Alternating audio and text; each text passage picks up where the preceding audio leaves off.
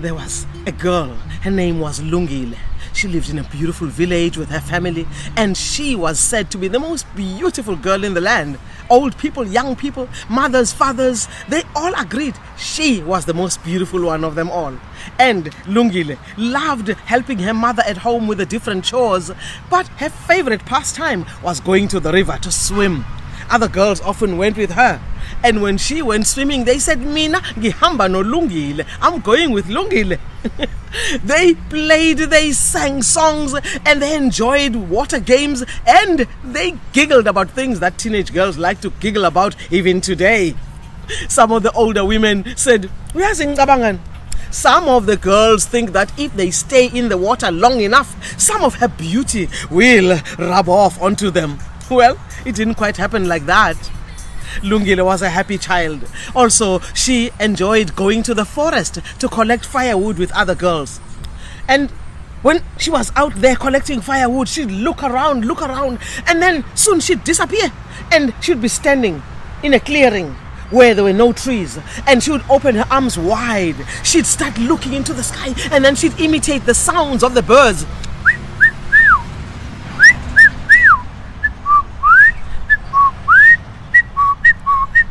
And other girls were looking, where is she? Where is she? And when they found her, they said, what are you doing?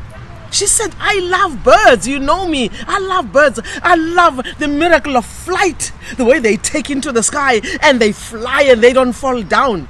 The way they look so beautiful. Look at the colors of their feathers. As if that's not enough. Oh, the joy they bring me with their singing. Oh, they bring joy to my heart. Other girls bring joy to your heart. Can we go and take our firewood now and go home? They were talking to each other. She is beautiful, but sometimes I don't know for sure what's going on in that head. Lungile didn't mind what they said about her. She continued loving birds, and she watched them wherever she went. Every year she grew more and more beautiful, and soon it was as if somebody stood up on top of a hill and blew a cow's horn. Boop, boop! Lungile, the most beautiful girl in the land, is ready to get married. Because men came from far and wide to ask for a hand in marriage. One man was so rich, you should have seen the clothes he was wearing. And the servants behind him bringing lots of gifts for her family. And Shagangan,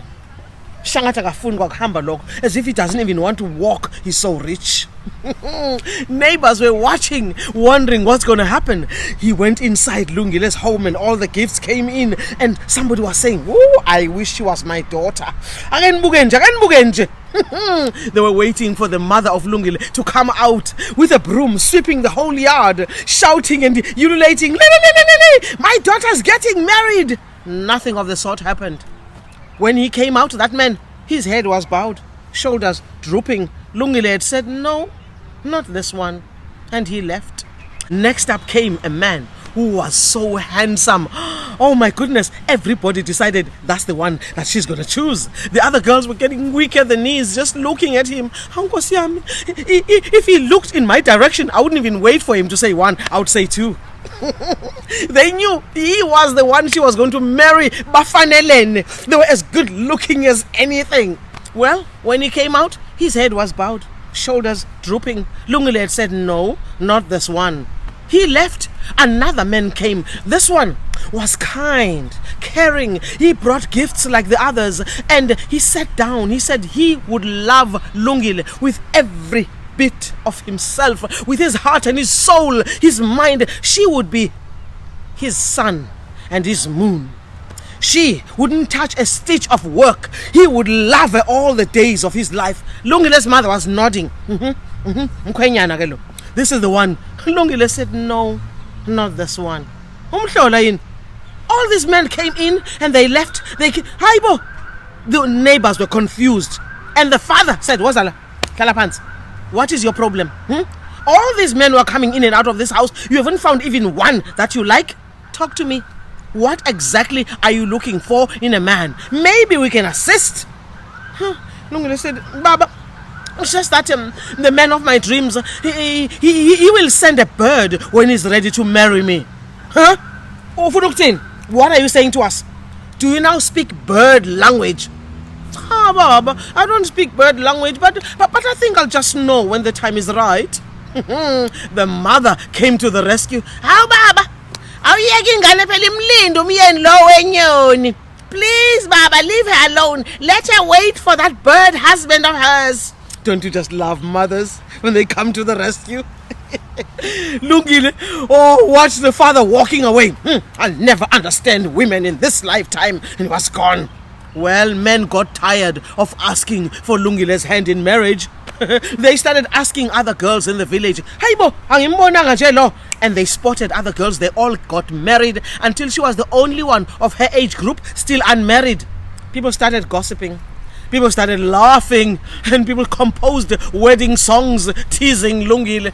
Others were saying, hey, she will be so old and wrinkled, she will be forced to marry a ground hornbill.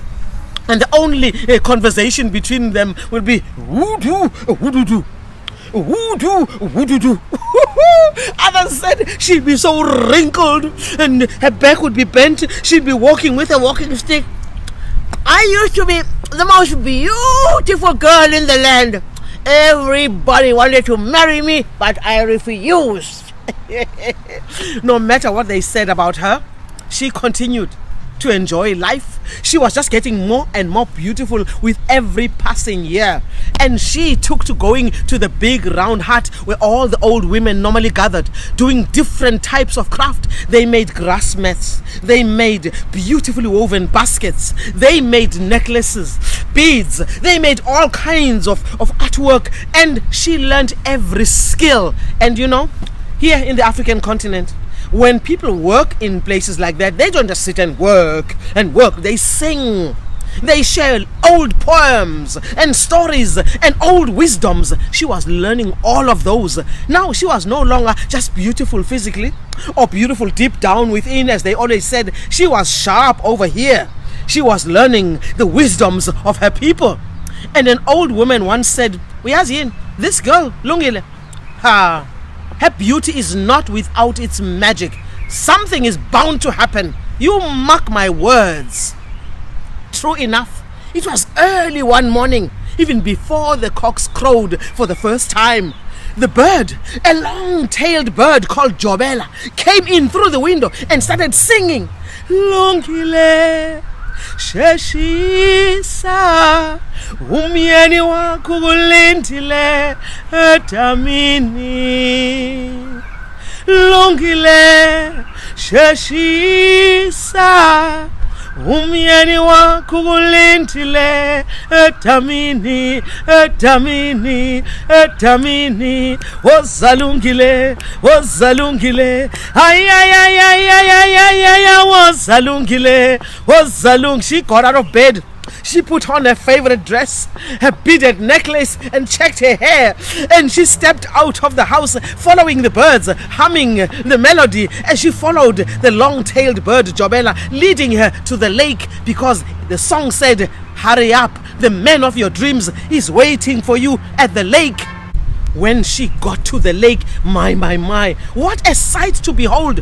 There he was, the man of her dreams. He was every bit as good looking as she had hoped he would be. And he was surrounded by thousands of birds, big ones, small ones, tiny ones, and all kinds of shapes and sizes. And the little ones were perched up on the branches of the single tree near the lake.